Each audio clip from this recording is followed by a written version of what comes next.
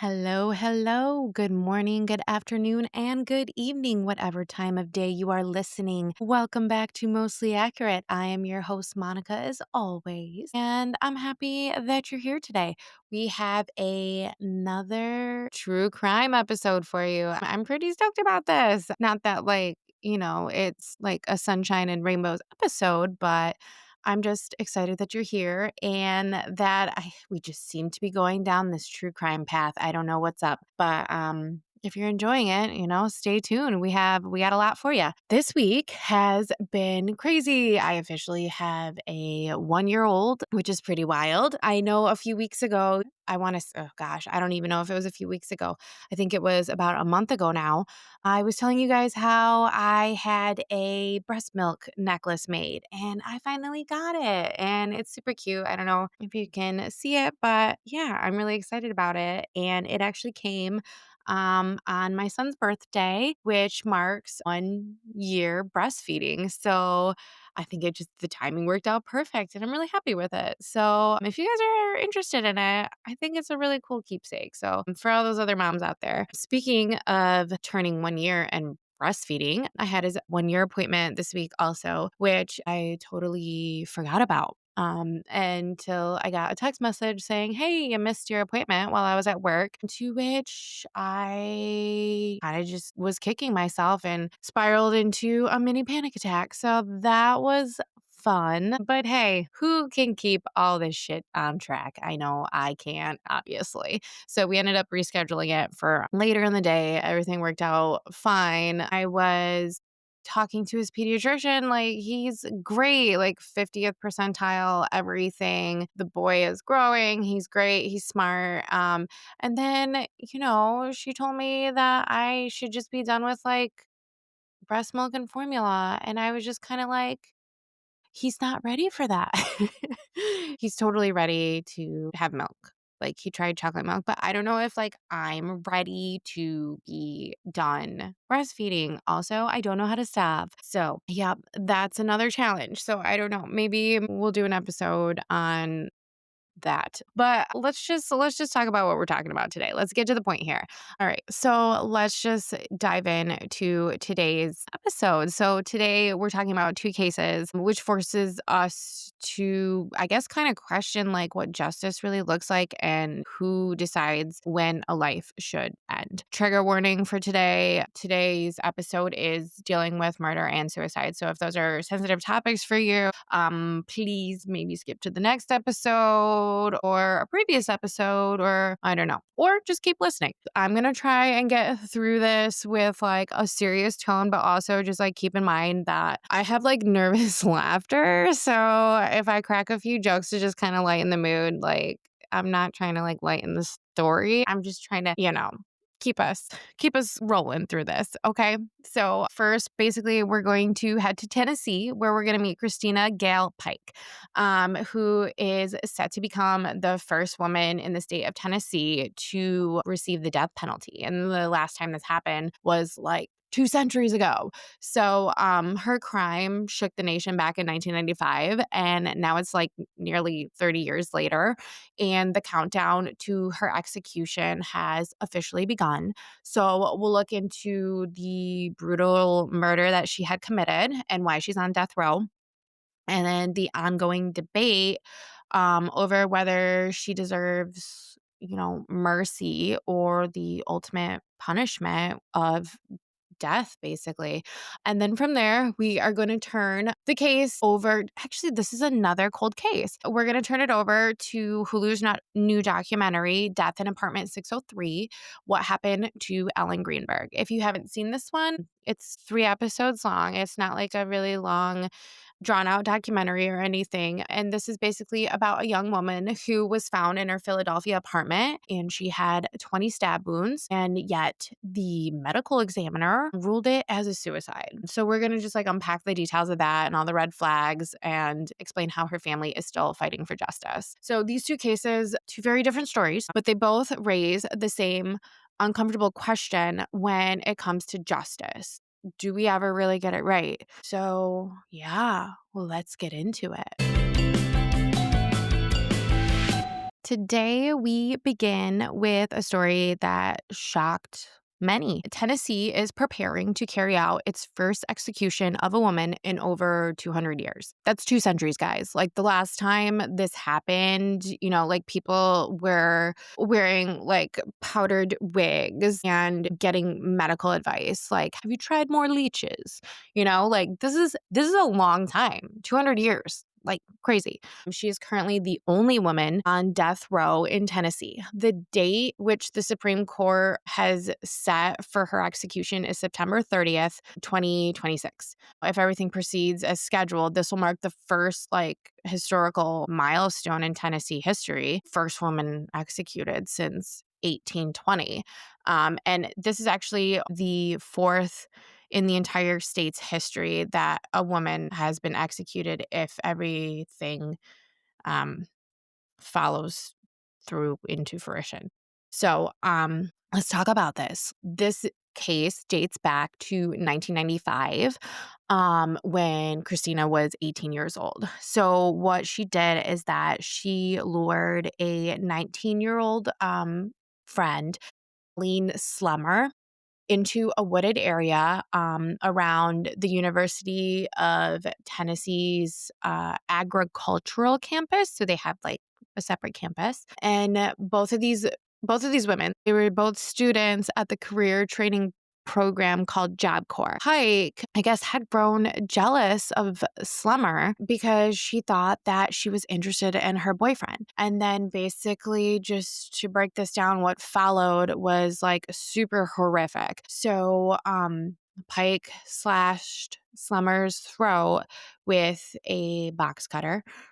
She struck her with a meat cleaver. She carved a pentagram into her chest and then crushed her skull with like a slab of asphalt. Yeah. Yeah, that's a lot. Later, she allegedly had kept a fragment of Slummer's skull as a trophy. And then she was like showing it off to her classmates and stuff. Like, wow. Like, I kept a shoebox of, like, concert tickets and, like, doodles, from, like, notes that I used to pass in high school, which totally, like, ages me. Yeah. Before text messages, kids, there was note writing, and then you got to fold them into, like, cool little I don't know, cool little football things. But, yeah, she kept a piece of the skull. Like, that's not, like, quirky. That's, like, restraining order. Not cool.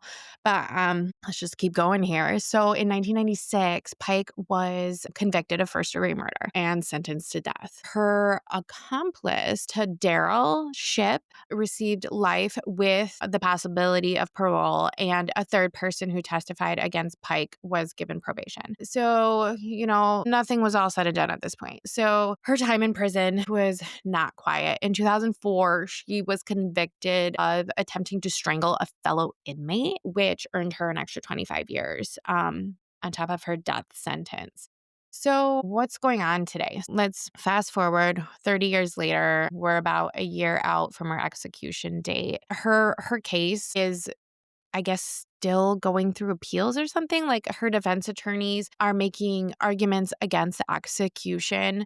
One of the arguments being that her youth and her background at the time of the crime. So she was only like 18 years old, and she actually had a history of child abuse, neglect, and a lot of trauma. And their second argument being that her mental health, is not good. Like, evaluations have diagnosed her with bipolar and post-traumatic stress disorder, which legal teams can argue basically at this point that this should make her ineligible for capital punishment. So, yeah, I mean, it's the justice system's version of, like, I guess, would you rather, like mercy or punishment at this point, except this round has, I don't know, fewer laughs and nobody's like eat a spoonful of mayonnaise. Like, I don't know. This one's tough. And I guess, why does this case matter so much? Because if it's carried out, Pike's execution would not only like rip open a painful chapter in Tennessee's history, I guess it would prompt like new debates across the nation about capital punishment,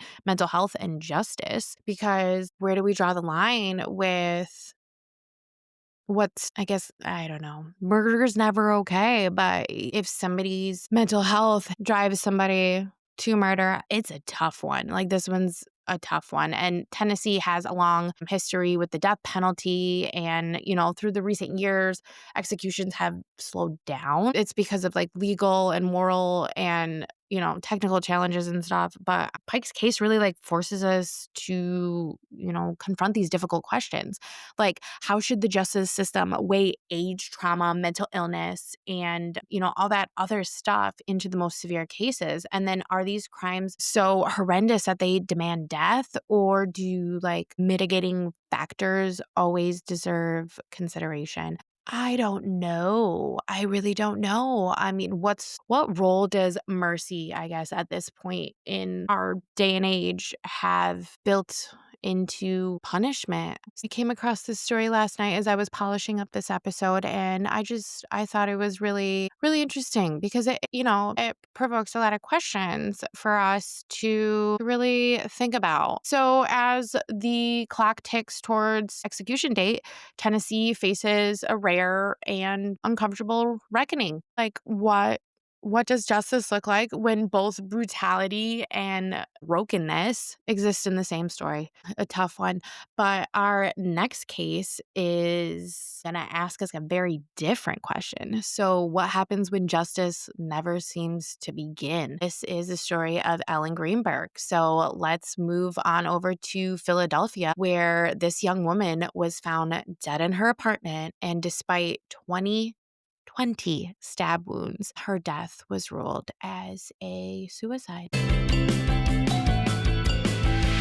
20 stab wounds, multiple to the back and neck. A medical examiner calls it homicide, then changes it to suicide. 14 years, Ellen Greenberg's parents have fought to prove that their daughter didn't kill herself. And today, we're gonna break down Hulu's Death in Apartment 603, what happened to Ellen Greenberg. Let's go back to the beginning. Let's go back to the snowstorm of January 26, 2011. So our story takes place on a Wednesday in the state of Philadelphia. Ellen is a beloved teacher. She was sent home early this day because of this really bad snowstorm that was coming in.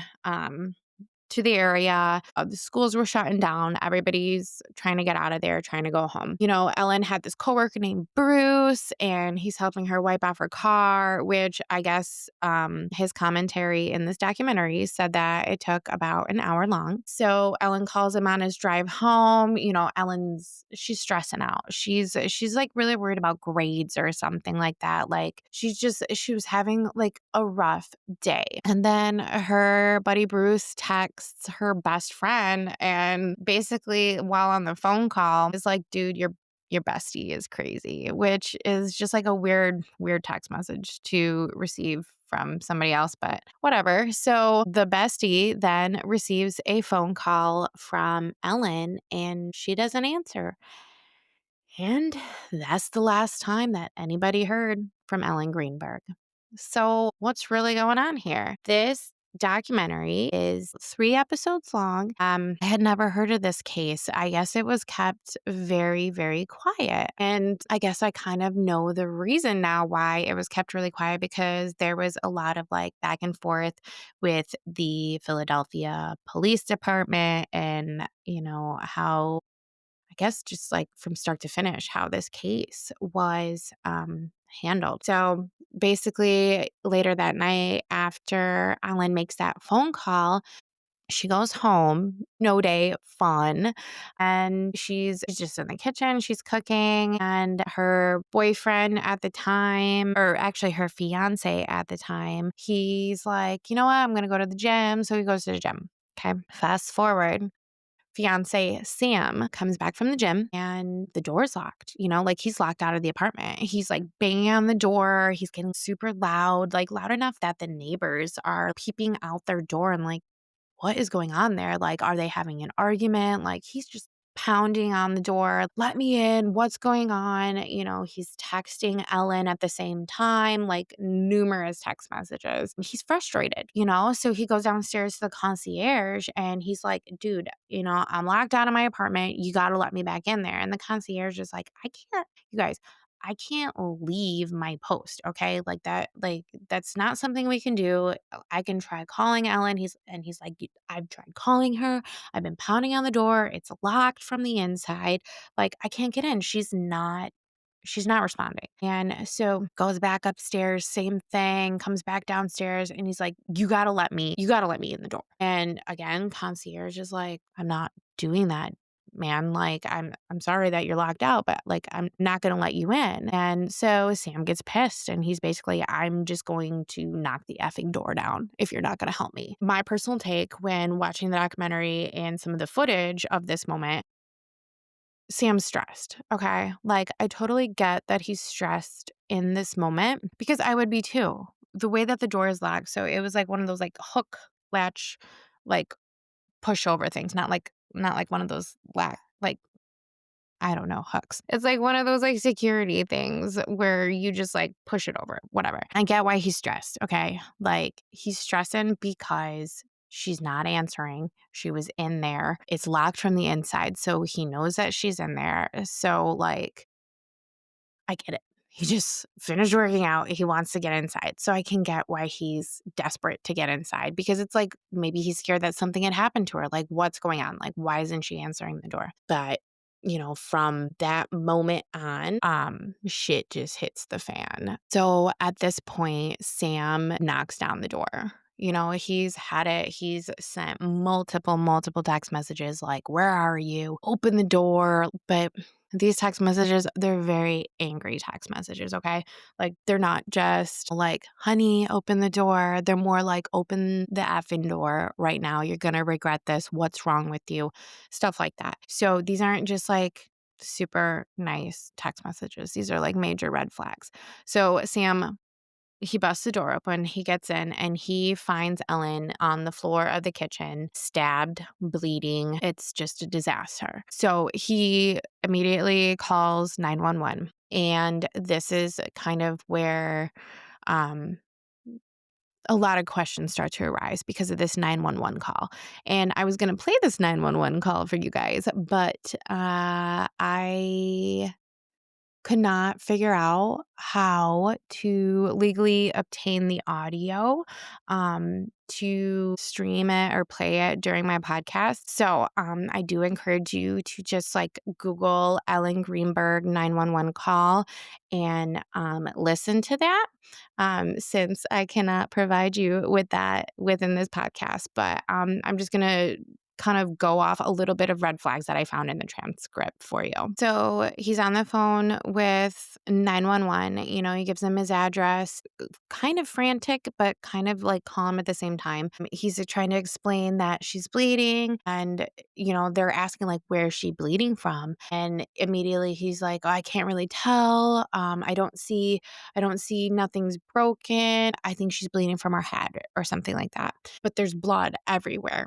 He tells 911 and then they're like, do you think she may have fallen? Like, do you know what happened? And then he immediately says, she may have slipped. There's blood on the table and her face is purple, which is really strange. So then like 911 transfers him to like the fire department, like first responder dispatch or something like that. And he explains to them like, I was just downstairs. I was working. Oh, I came up and the door was latched. My fiance's inside. She wasn't answering. So after about an hour, I decided to break down the door and I see that she's on the floor with blood everywhere and she's not responding. So then they're like, is she breathing? And then, he's like, I don't know. So they're like, look at her chest. You need to stay calm first off, and you need to look at her chest. Like, is it going up and down? So I think it's really weird at this point that he can't tell if her chest is going up and down because when he comes in initially on the phone call, he says that Ellen is sitting upright, um, which, okay, so she's sitting upright. You could clearly see her chest. But anyway, like, let's just continue. So they're asking, can you see if her chest is going up and down? We're going to need you to do CPR. And he's kind of like hesitant at this point. He's just like, okay, like what? Like, I guess I can do that. And he's like, oh my gosh, like, and then they're like, are you willing to do CPR over the phone? He's like, I have to, right? Like, really, really weird thing to say. So 911's like, you need to get her like flat on the ground, like, and then bare her chest. Like, can you get her shirt off? And he's like, I can't get her shirt off. There's a zipper. And then suddenly, oh my God. And he starts freaking out. And he's like, the zipper's stuck and she stabbed herself. Like, how did you not notice that there was a knife sticking out of her throat, or not her throat, but her chest in the first place? Like, I don't know. This whole call is super weird. It's only 5 minutes long. I really encourage you to listen to it. Call continues. 911 is saying, like, we need you to leave the knife in her chest. If she's not breathing, like, did you leave it there? And he's like, yeah, I didn't touch it. And like, he actually almost like, I swear it's like he's laughing at this point. Like he makes like a laugh, like, of course I didn't touch it. Like, I don't know. This whole call is like super bizarre. And then the call continues until first responders show up. They're asking more about her age. I just think it's just really strange that the first conclusion he makes is that she stabbed herself. So police arrive. They're inside apartment 603. Ellen is sitting upright against the kitchen cabinet. She's been stabbed 20 times. 10 of those were to the back of her neck. There's a knife in her chest, and just like the whole scene looks completely wrong from the start. There's no defensive wounds. Her hands are cold, but her torso is still warm. There's bruising all over her body. And, like the scene just looks normal. There's like blueberries being rinsed in the sink. Her laptop's open. Like, literally nothing indicates that there was any type of like suicide prep happening in this moment. And yet Sam is telling the police that she killed herself. He immediately, is telling police that she was struggling with anxiety and depression and all this stuff. And the detectives are just like, suicide. Like, okay, yeah, let's just not question like the evidence and like everything that's going around here. They didn't even tape off anything or like rush to the scene like super urgently at this point. And I think the reason being that when I like, to my understanding, is that there was a pretty like high crime rate in the city, at least for like the police departments. I think they were saying there was just lots of like murders and stuff that police were responding to. And I think the fact that Sam on the phone made it seem as though this was a suicide, or at least he painted the picture of a suicide, is the reason that police did not, I guess, rush to the scene or treat it like a crime scene. So they get done. Everything's like getting all wrapped up and stuff. And the next day, Melissa, who is the apartment manager, ends up, oh, I guess, alone with Ellen's body until the coroner arrives. And then later, she's the one who escorts the coroner with Ellen's body to the coroner's office. So the next day, she gets a call from Sam's uncle, like super weird, right? He asks if he can come in, even though the apartment's like completely covered in blood and everything. And he wants to get some stuff for Ellen's funeral. Just going to pause right there for a second. This is bizarre AF to me. So why is Sam is the fiance, okay? Sam's uncle comes to collect some of Ellen's things for the funeral. All right. Why aren't her parents doing this? Why isn't an immediate family member coming to do this? Why is Sam's uncle doing this? Mind you, fun little fact, Sam's uncle is an attorney. So, little weird. Maybe he really was gathering some of Ellen's things for a funeral. I don't know. I just think it's a little bizarre. And the reason like everything's happening so quickly is because I guess this is really common in Jewish community to kind of like move really quickly with funerals and stuff like this. So yeah, that's basically like why there was such a short time frame from when the police ruled it as suicide up until he arrives at the scene. Back to that day. So Melissa, the apartment manager, is like, I don't know what to do. Like, so she calls the police. And she's like, hey, like a family member wants to come and gather some things, but there's like a crime scene basically in the apartment. They're like, yeah, that's fine. And they suggest this crime scene cleanup company to, come and clean everything up. But here's the thing, Melissa is super smart.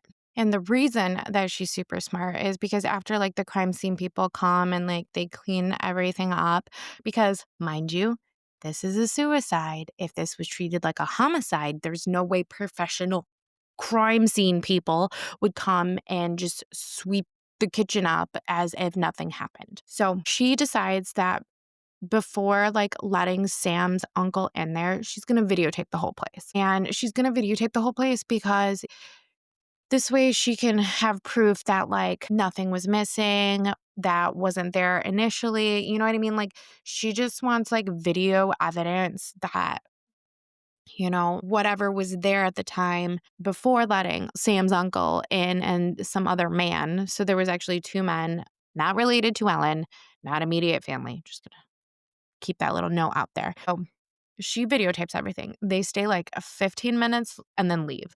And then they never like spoke really with Melissa. Melissa kind of just like sat quietly and they only took a few things, and one of them being a laptop. Why are you taking a laptop? I guess the laptop thing just doesn't make sense to me if you were gathering a few things for her funeral. And what things would they have gathered for her funeral? Like, I mean, if somebody I don't know is sent to gather things for my funeral, like, what are you even going to do? Like, first of all, who's picking out my outfit? You know what I mean? Like, why is Sam's uncle and his buddy, like, in charge of this if they didn't even know in that way? Like, who trusted them to be like, yeah, let's send these two to gather her most valuable things or things that are sentimental that'll remind us of her for the rest of eternity. Super bizarre. Super bizarre. So while all this is happening, Ellen's body is at the coroner's office and a medical examiner rules this as homicide. Our crime scene has already been cleaned up because the police gave the okay to hire a professional crime scene cleanup company because they had initially ruled this as a suicide. And this is where all the problems begin. Like they're literally at Ellen's funeral when this breaking news hits the actual news during her funeral. Like, crazy. That's just crazy to me. So, like her whole family is literally grieving the loss of what they thought was a suicide. And all of a sudden, their whole world is just flipped upside down.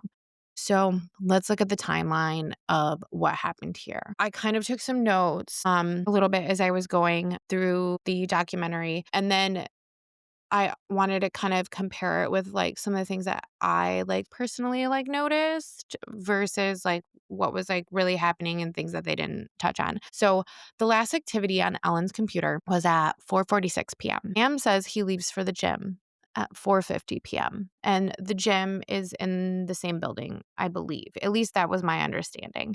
And Ellen's estimated time of death is between 4:50 and 5:27 p.m. All right. So in that window, somehow Ellen stabs herself 20 times, including in the back of her neck while she's washing blueberries in the sink. I just find it really strange. Sam is sending multiple her like angry text messages within seconds of each other.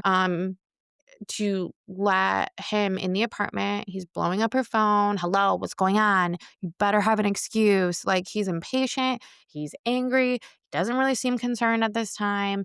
And then there's like a weird like a 13-minute gap between one of his angry text messages and the next time that he texts again. And then, there's like this huge unanswered question. If this building has like 20 something cameras and it's like super secure, why don't they have any footage of Sam at the gym, like going to the gym or leaving the gym? It's just footage of like Sam going up and down an elevator. There's no cameras in the hallway. There's just red flags everywhere for me. I mean, let's talk about the background. Like, let's go to the beginning. Ellen was engaged to Sam. Like, she was planning her wedding. You know what I mean? Her cousin Debbie, a month prior to Ellen's death, said that it seemed like she had become withdrawn, like that she had lost her light a little bit. Back to Sam telling the police about her anxiety and depression. Ellen had been prescribed Klonopin as well as Ambien, which is an anti-anxiety drug and then a sleep aid. But her psychiatrist swore that there was like no confrontations with Sam or anything like that, because I feel like this whole case is just like screaming, look at Sam, like just the whole thing. Digital searches on Ellen's computer later showed that there was like quick suicide searches, but in 2011, like forensic experts never found those. So I don't know. Like I said, the whole Sam's uncle taking the computer, I just kind of feel like the chain of custody of this laptop was just completely tampered with, 100%. And then back on the like toxicology report. It's just weird because there weren't really many public details, and it almost just makes me wonder, was there alcohol in her system? Because if there's a mixture of Ambien and alcohol, that's an extremely dangerous combination, which could have, I guess, tilted the case more towards suicide. And it could have been an accidental suicide. So let's fast forward 10 years. Her parents still do not believe that Ellen killed herself. And mind you, the medical examiner changed the ruling from suicide to homicide, but then it went back to suicide. So what happened here? Because I just can't understand it. So then, the DA starts looking into the case. But he can't find the case files, because where is Ellen's case? Okay. Is it in the homicides file? Is it in the suicides file? No, he finds her case next to some holiday decorations. Like, I can't explain that one. Some people's organizational skills aren't the best. So let's talk about this, because the medical examiner originally ruled Ellen's death as a homicide. But how could it not be? You know what I mean? Like 20 stab wounds and many to the back of her neck. And after some mysterious medical examiner's meeting, which included the medical examiner's office and the Philadelphia police, the manner of her death was changed to suicide. I don't even know how that happens. I think it's just kind of like they want to just get the case closed and just be done with it, it seems like to me. And like years later, one of those examiners even admitted that, if he hadn't been presented with certain information, he would have never leaned towards suicide. So it sounds like this new information that was presented really just swayed the like head examiner to now flip it back to suicide. Like, like, I've never heard of that before. Suicide, homicide, suicide. Make up your mind. Or like, is there something else going on? And I think that's what Ellen's parents are trying to get to the bottom of. Like, why is this happening? And actually, during a deposition, one of the group of examiners, who was like I think she was like a neurosurgeon or something, that she said that the wounds like on the back of her neck, like towards her spine, looks like they were inflicted after death. Okay? Because there was no hemorrhaging. So Ellen was already dead when she suffered stab wounds. I don't know about you, but I think if I'm dead, I can't stab myself anymore. Speaking of just stabbing, the amount of effort it takes to physically just like stab, like, I don't think just like most people would have any type of energy in them to stab themselves. Wouldn't? I mean, that hurts. I feel like that probably would hurt like terribly. I can't imagine, like, you get a paper cut and you're like, shit, that hurt. You know what I mean? Like, how are you going to stab yourself 20 times? it doesn't make sense to me. This whole case is just like a hot mess. I can't believe that, like, even in the beginning, it was ruled it's a suicide. And now, we're 10 years out. There's no crime scene. There's some weird, shady meetings happening between the police and this medical examiner's office. And I don't know. I don't know. It's just bizarre. So let's just talk about the aftermath of this whole situation, I guess. I mean, Sam eventually moves on with his life. He, in the beginning, has contact with Ellen's mom, and Ellen's mom is very firm on the fact that Ellen did not commit suicide. Yet Sam is always just like, well, are you going to get past this and just kind of like maybe think about like how you can help others with mental illness and whatnot. And Ellen's family just isn't having it. Sam eventually moves on. He remarries, or I guess not remarries, but he gets married, he has children, and then basically to this day has no contact with Ellen's family anymore. And still stands by his claims that Ellen did commit suicide, and that he never acknowledges ever, like at all in any conversations going forward, that her death was a homicide. He just keeps sticking to the narrative, his original narrative. For the Greenbergs, it's just an endless torture. Like every agency, even the governor, just publicly declared that this was suicide, and they just continuously just kept getting let down. And that was just like such a big bummer. There was an investigator named Tom Brennan and a journalist that he had hired on this case that just like also can't seem to let go. And that's wonderful for the Greenbergs. Brennan, this investigator, noticed things that other people didn't, like the dried blood inconsistencies with her position. The body had clearly been moved. I mean, there was just so much, the video camera footage and all the contradictions, with the medical examiner's office by 2021 and all of that changing. Now we fast forward to 2025. The case is back up for review on October 14th. 14 years later. There was just a lot with this case that that just bothered me, just the way that it was handled.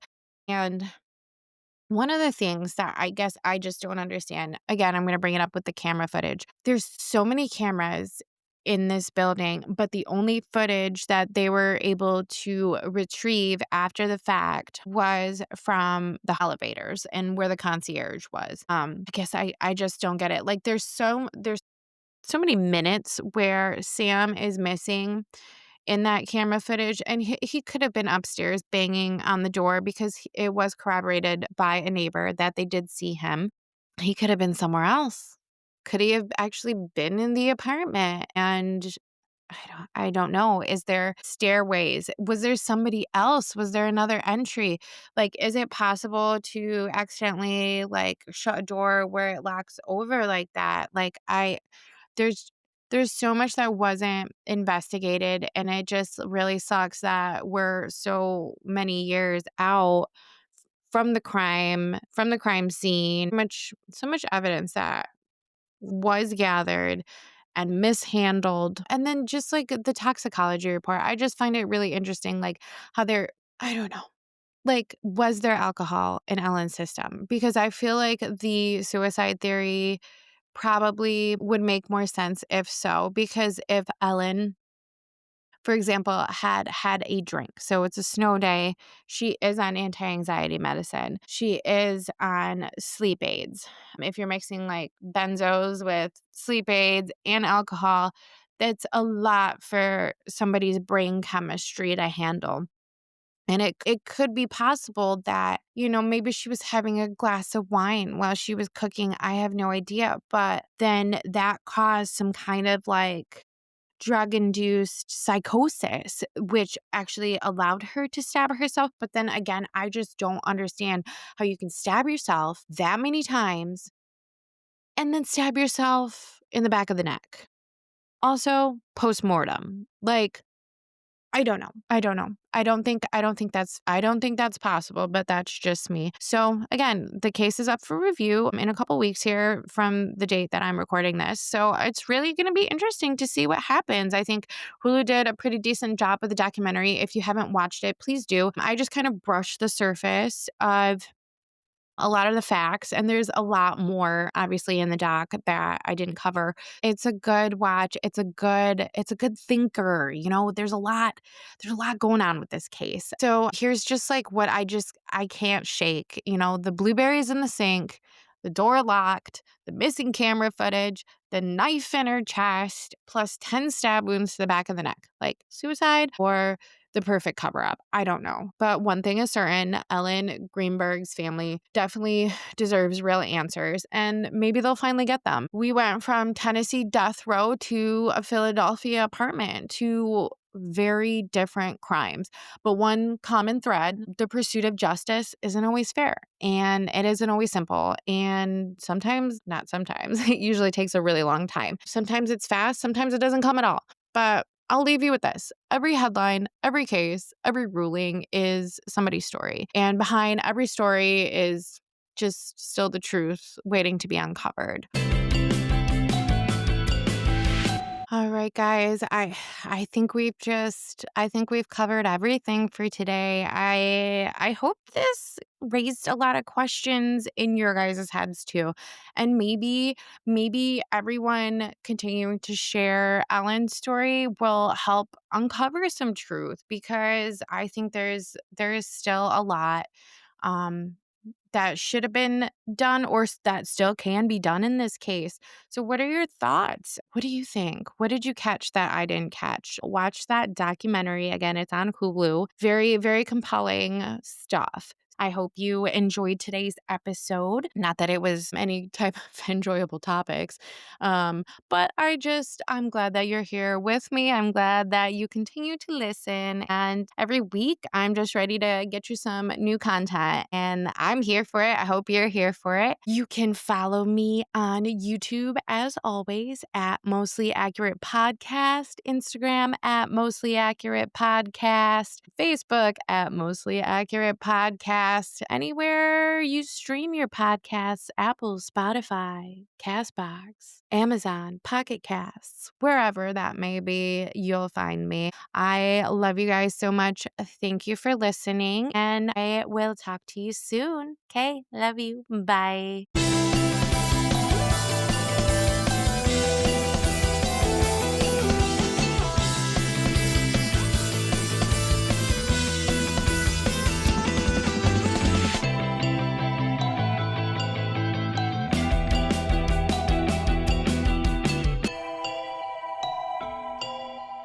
This podcast is for entertainment purposes only. The facts are fuzzy. Our stories and opinions are just that, stories and opinions, not meant to be taken as professional advice.